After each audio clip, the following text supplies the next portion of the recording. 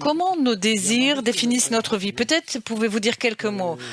Docteur Leiban, bien évidemment, j'ai beaucoup à dire. En fait, tout vient de nos désirs. C'est eux qui définissent notre vie.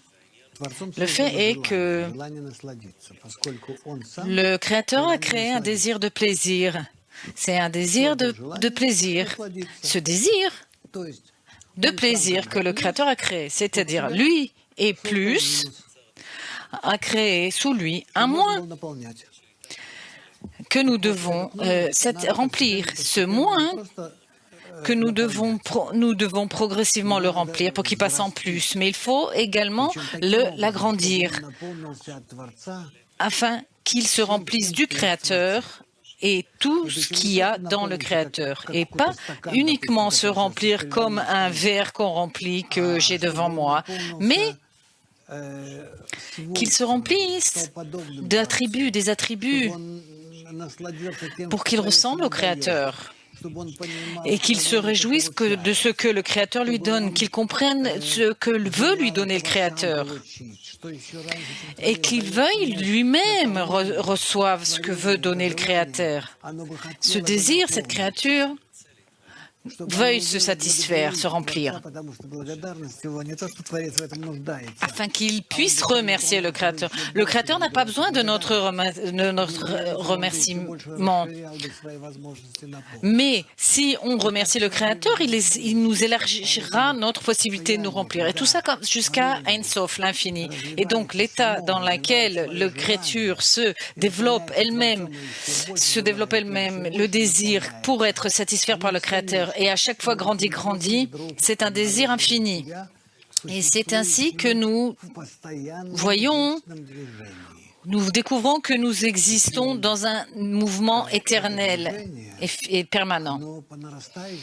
Et ce mouvement grandit à chaque fois. Ce mouvement ne disparaît pas, ne se tait pas, il ne diminue pas. Non, pas dans la moindre mesure, mais l'inverse. Avec chaque développement du désir et de sa satisfaction, nous voulons encore et encore, nous voulons encore plus recevoir. Et tout ça, c'est pas en fonction de la qualité, mais de la quantité. Nous commençons à analyser les secrets de la création, les secrets très profonds, les liens entre les attributs qui sont différents dans la nature, les différents attributs, les liens opposés, qui sont complètement opposés à des niveaux complètement différents de la création. Et nous arrivons ainsi à une situation où notre atteinte est éternelle, infinie, parfaite, et nous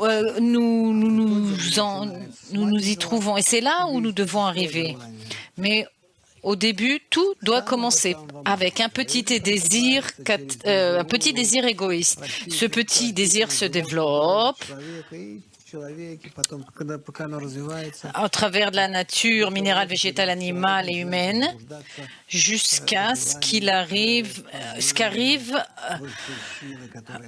au point où en l'homme, la personne, a un désir de connaître la force supérieure naît. C'est une période très longue et nous avons la chance aujourd'hui, parce que nous aujourd'hui, parce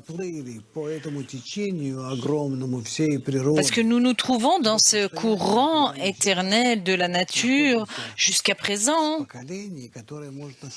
nous nous trouvons à une génération où on peut découvrir comment nous nous développons et prendre partie à ce développement, y participer, pas simplement se réjouir comme les animaux avec des petits plaisirs, non, mais comme des êtres humains.